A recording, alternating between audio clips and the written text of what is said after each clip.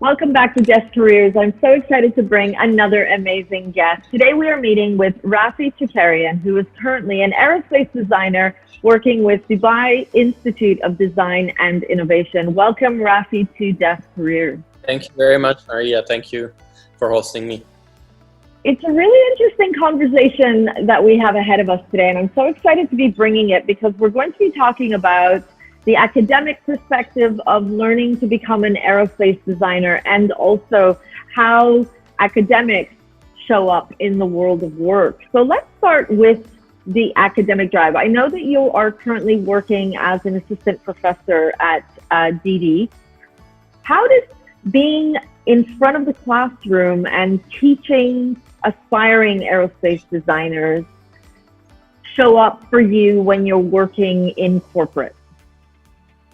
So, first of all, when it comes to DIDI, we don't have a culture where you have a desk and the teacher and the students on the other side. I think that is an antiquated way of teaching and learning that should be eradicated completely from all academia, both schools and universities. What we have is actually a place where students and teachers can have a dialogue, where there isn't a sort of a hierarchy where I'm the professor and the students are under my shadow. It's on the contrary. We have a lot to share of our knowledge. We don't tell students what to do. It's more like we share what we have learned throughout our careers. And we also learn from the students. I mean, part of teaching is actually the fact that you can learn so much from them. It can also become sort of, how should I say, like I'm there to take more than I'm there to give, because I'm a single person, but I have, let's say, 30, 40, 50 students that I can learn from. So that's fundamental. And unfortunately, in many traditional schools, and especially from the schools where I came from, that is forgotten. And usually you have this student that is constantly scared from the professors, and the professor is like God.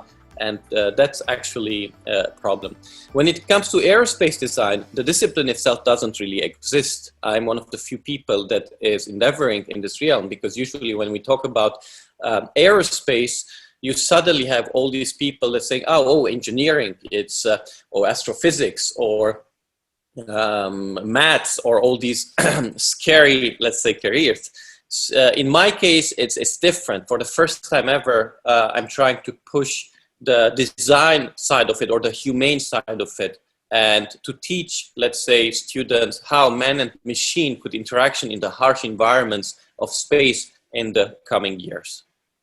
And at DD, I mean, we're teaching many things. We don't have a discipline in aerospace design, although we could give a lot of workshops to students. But we have the foundation here and 4 concentrations from multimedia to fashion design, product design, and strategic design management.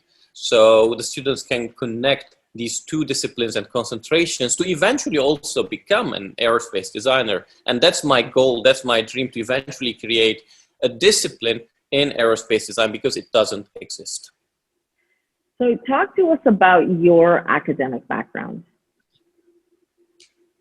So when I started from high school, I actually failed at high school, because I mean, my heads were in the clouds. I was always daydreaming and trying to like come up with new ways to invent machines and all that. So school wasn't a good place for me, because the way I learned, I was a visual learner, and memorizing wasn't an easy task.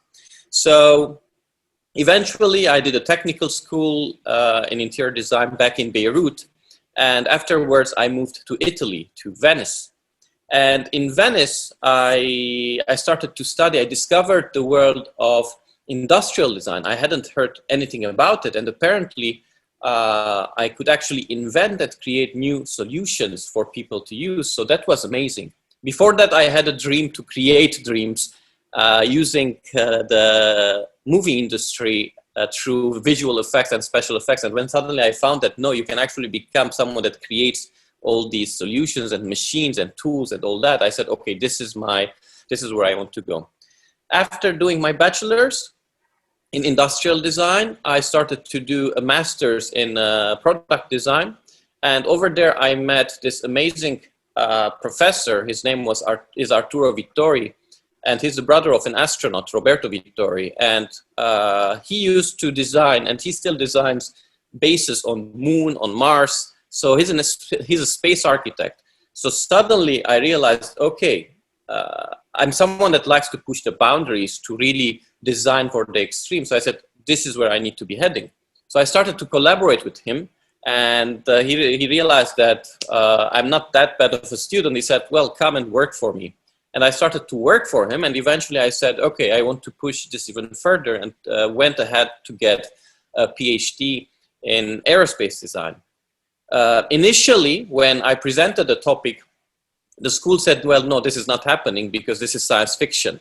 There's no such thing as aerospace design. So it's fundamental when you have dreams, when you have ideas, especially crazy ideas or new ideas, it's fundamental that you really push as much as you can, because eventually someone will start listening to you. So initially they refused my offer, but when I started to tell them and show them that I was working with actually true astronauts, and the research was there, they said, well, okay, you have green light and you can continue your research. So I graduated with a PhD in aerospace design. Then I went to Beirut, where I'm originally from, and I was teaching in 4 universities all around the country, again trying to create a program in aerospace design, and we successfully managed to do that for a couple of years at the American University of Beirut. And then I saw this amazing opportunity at the IDI, because I used to work with the dean. We used to teach at the same university. And he said, well, we're creating this university together with MIT and Parsons. And I said, wow, maybe I can come there and really work on my dreams of creating an aerospace design discipline. And here I am. An incredible academic journey. Two things I want to bring to light, particularly for a student who will be watching this right now, or even an educator or a parent and listening. You started the story by saying, I was failing in high school, or I failed in high school. Yes, and you ended the story. High school. And you ended the story saying, I've accomplished a PhD and I'm teaching and I'm trying to create this program. For anybody watching this, how did you gain the confidence to continue the academic journey, even though when you were younger, you were struggling? And I remember you were saying, I'm a visual learner, and I found it difficult to do anything that was different to that. But to do a PhD, I'm imagining that there's a lot of academic reading and writing, and also, of course, there's lots of designing. But how does a student that struggled in high school manage to complete a PhD and also go on to teach other students? Well, that's an interesting question. Now, I was lucky enough, and this is a problem I see with a lot of people and students. I was lucky enough to know what I wanted, or the direction where I wanted to go. I had a passion. I still do. I have a very strong passion to experiment, to be curious, to invent, right? So when I was 5 years old, I already knew that I want to create new things, and it also ran in the family, my father and so on. So I always had a beacon in front of me. Even if I was failing at school, I didn't want to wake up in the mornings to go to school, because for me, that wasn't the place I wanted to be in. But one thing was clear, I always saw the beacon at the end of the tunnel, and I said, okay, how can I reach there? So I constantly worked on my hobbies. I constantly worked on, in my free time, on things that I really love. So I kept on dreaming, even if the system wasn't supporting me.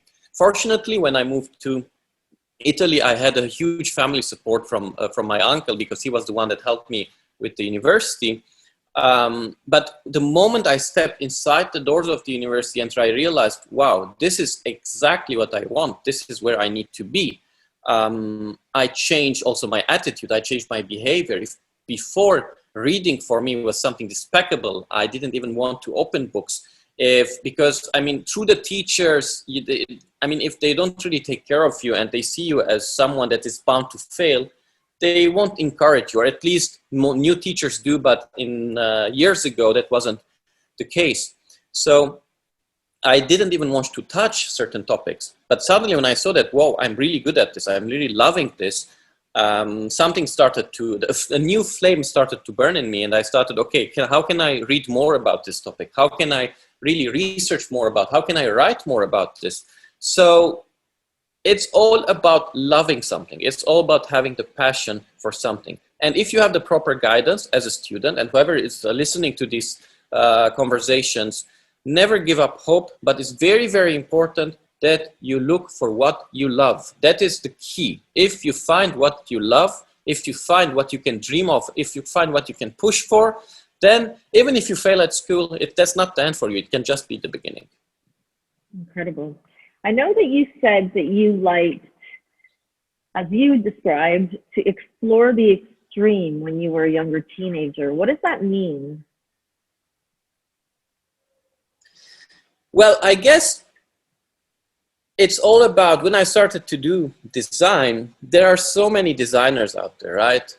And we are surrounded by different objects today. We have so many cars, iPhones, iPads, lamps, chairs, tables, and all that.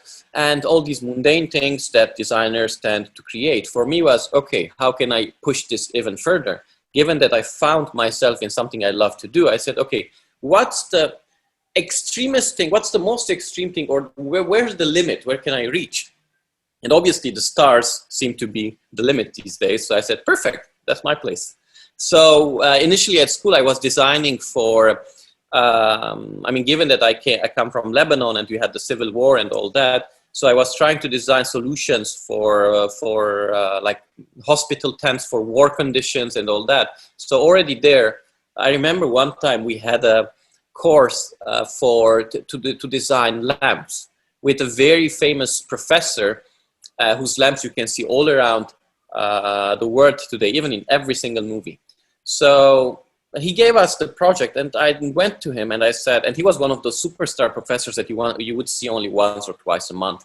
So I went to him and I said, look, I'm not going to design lamps. I don't want to design lamps. And he was, why? He said, well, there are so many lamps around me. I'm going to design something else. So I ended up designing this hospitals that you drop from helicopters and create shelters, bulletproof shelters for people in dangerous conditions.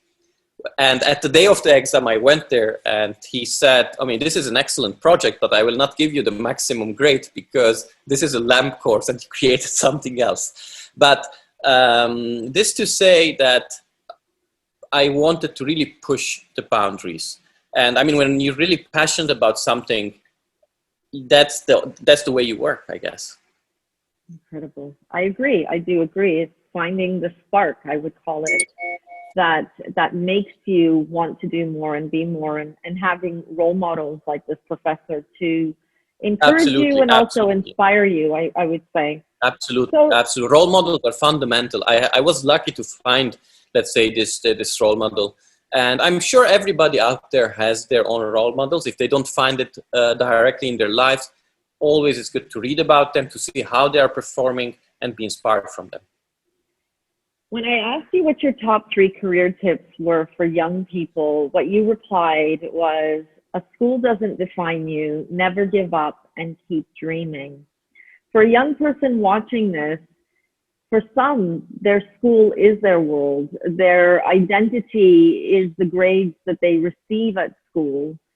How do you help a young person who is feeling constricted by the boundaries of their academic performance? And how do you inspire them to keep dreaming, to keep believing in themselves, and not to give up, even though it might be challenging right now for them as an academic student? Absolutely. These days we're going through difficult times, and I'm sure the mental toll on some students can even be quite difficult. It has been for all of us, right? Under the lockdown, and we're talking to each other through these screens. It's not very pleasant. And at the end of the day, I'm guessing when you need to access a university, you need to have proper grades. My message for you is the following. Do not be discouraged. Grades do not define you. Let me tell you why. I've been teaching for the last 13 years. I've taught in different universities all around the world, and I've seen, I've been teaching obviously inside design, realities design, architecture, and all that. And this happened a lot. So especially in, let's say, difficult domains like architecture, where you need to have some scientific background or good grades, or that's what's presumed. What happened that we had a lot of A students, like top-notch, the best in their class. They are good in memorizing. They are good in everything. They come, let's say, to the school, and suddenly they start performing badly. So, and these are A students, and they come to us and they say, well, why am I getting a bad grade? I'm doing exactly, or tell me what to do, you know? And the good thing is that the moment you're passionate about something, the moment you critically think about something, grades don't matter anymore. So the students that came with bad grades were the ones that actually excelled, because these were the ones that were really driven, but they weren't performing well in school because the school wasn't the right environment. They had different ways of learning things. So if you're performing bad at school, it's most probably because you're not really liking what you're doing, and eventually that will affect your grade. So it's all about finding your passion. Now, if you get through that barrier and you're at the university and you're given a chance, let's say, to go ahead, I promise you that you are going to do well. So keep dreaming, keep pushing, and keep loving what you do. The grades do not define us. Unfortunately, yeah, some systems won't accept you through the doors if your grades aren't well, but I'm sure we can find ways through that. Incredible. I can very much resonate with the message that you share with young people. I do believe that it is so important that they stay resilient and not give up on themselves. Yes. Now, in looking back where you are right now, not as a professor, I'm talking about as that professional, the professional who is interested in aerospace design, the professional who wants to be creating and seeing those products of creation in real life, what academic subjects should young people be thinking about if they do want to go down that aerospace design career pathway? I mean, today it's a bit difficult because I got lucky to actually work with aerospace designers, with one of the few that you can count on your fingers. But this will change in the next 10 years. I'll explain why. Basically, today we're living in revolutionary times where space will become extremely cheap to access. So Elon Musk, how he's launching and bringing back rockets. The moment that we have access to reusable rocket technology, it means that more and more people will be able to go to space. Space will become cheaper, and there will be the need for aerospace designers because the average person like you and me will be able to access space. So it's there when we will need aerospace designers to make, let's say, these spaceships or these space solutions much more human-friendly and much more efficient, because usually you train astronauts for years to send them to space. But the moment you have mass access to space, that won't be the case anymore. So in the next decade, I foresee that there will be more and more disciplines for aerospace design. In the meanwhile, what I like to push is realities like DIDI. I mean, it's not to promote the university, but when you have all this blended learning of different disciplines and you can tap into, let's say, the engineering side of, let's say, things through product design or through the coding side that we offer in multimedia, from artificial intelligence to virtual reality to even fashion, because I mean, we have a goal to develop spacesuits in the near future. So when you access institutions and universities that give you blended learning, then you can combine all these skills and eventually pursue, let's say, a career of your own choice. And eventually, if you're going to do a PhD, you can always go and do one. The other side is, if we take it backwards, though, I'm thinking secondary education. So in hearing some of those subjects, I'm hearing you say math, computer technology, design Yeah. classes, art classes. Which other subjects would come to mind when you think about aerospace design at a secondary education I mean, in level? my case, I personally was very bad at math. The reason why I always loved space. Unfortunately, if you're going to go through regular, let's say the normal path, you have to become an aerospace engineer, and you have to excel, let's say, in physics, maths, and all those domains. I didn't have a strong background in that, so I created one of my own. However, in secondary education, if you keep, let's say, if you're creative enough, if you're working, let's say, with some basic coding, you're working with 3D modeling, designing, creative thinking, virtual reality, and let's say all these topics that are being already taught in many secondary education institutions, I think you should do fine. The message here is you're going to create your own path. If you're interested in something and it doesn't exist, try to create your own path. I mean, try to like get bits and pieces from everywhere, put it together. And the moment you fall in the right position, then you can leverage that and really access what you really love. Incredible. Thank you very, very much. This was such an interesting conversation. Your career pathway and your career story is incredibly interesting. I know that our students are definitely going to be interested in learning more about it. If we do want to reach out to you, how can we do that, Raffi? I'm fully available. Whoever has questions, has doubts, and however I can help, please reach out to didi.ac.ae and they will put you in contact with me. You can even come and visit us at the university. Obviously, you need to take some permissions because of the COVID situation and all that. And I can, if possible, I will give you a tour of our institution, of our programs, and talk to you more about the works I've been, actually you can see one on my back, some of my aerospace prototypes, and I can show you all these. And reach out to the university and they will put you in contact directly with me.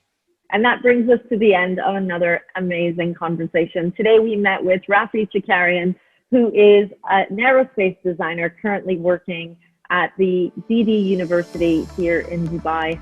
Thank you everybody for watching. We'll see you all at our next Deaf Careers Digital Spotlight.